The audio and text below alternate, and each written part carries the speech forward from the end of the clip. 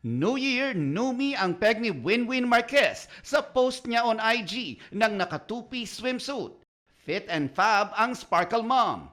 Nag-share din si Winwin ng behind the scenes ng isa niyang photoshoot. Caption niya dito, "This mama is ready to have fun." At hindi lang daw for fun, ready si Winwin. Teresita Sen Winwin Marquez, Miss Universe Philippines, Muntinlupa. Ready na rin daw ang Sparkle Star na muling sumabak sa pageant stage bilang kinatawan ng Muntinlupa City sa Miss Universe Philippines. Hindi raw itinuturing na isang risk ni Winwin ang kanyang muling paglaban sa pageant.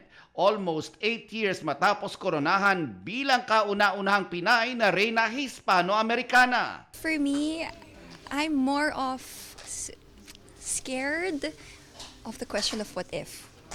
I do not want any regrets.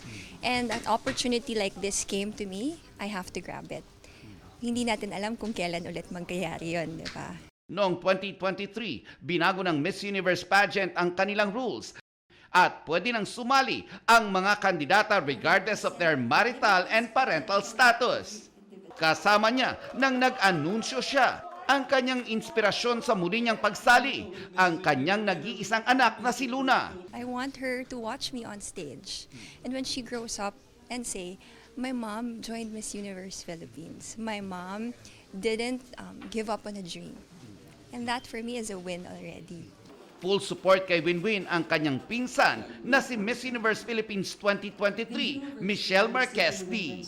I mean, there was no doubt that I would do that. Of course, she's my cousin, but she's also not very hard to support.